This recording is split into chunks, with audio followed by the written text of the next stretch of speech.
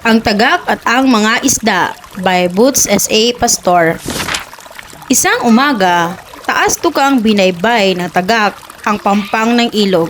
Sa malinaw na tubig, naaninag niya ang dalawang dalag na naghahabulan. Natukso ang tagak na hulihin ang maski isa sa mga dalag. Ngunit naisip niyang hindi pa iyon ang tamang oras ng kaniyang pagkain. Mamayang tanghali na lang ako manghuhuli ng isda, wika niya sa sarili. Hinayaan niyang makalayo ang dalawang dalag. Pagdating ng tanghali, inaninag uli ng tagak ang tubig. Isang hito ang nakita niyang sumusuot sa putik. Maski paano ay natakam siya sa hito. Ngunit pinigilan niya ang sarili at nag-isip ng dahilan upang huwag niyang hulihin ang isda. Hito?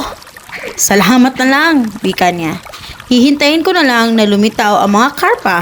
Di hamak na mas malalaki at mas malinamnam sila kaysa hito. Naghintay sa gilid ng ilog ang tagak. Pagkaraan ng ilang oras, nakita niya sa tubig ang dalawang biya sa kanyang tabi. Biya? Utang na loob. Kahit kailan ay hindi ko hahayaang masayara ng hamak na biya ang aking tuka. Mayabang na bulalas niya. Sabay ismid sa dalawang biya. Dumaan pa ang mga oras. Lagpas na ang oras ng tanghalian. Wala ni isang karpa na lumitaw. Pagtingin ng tagak sa tubig ay hindi na niya makita ang dalawang dalag, ang hito at ang dalawang biya. Kumakalam na ang kanyang sikmura dahil sa gutom.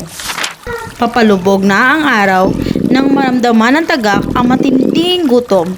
Napilitan na siyang kahigin ang ilalim ng ilog para maghanap ng makakain. Doon sa kailaliman ng putik, nakita niya ang pagkaing hindi kasin laki o hindi kasin linamnam ng dalag o hito at mas hamak pa kaysa hibiya. Isang munting kuhol.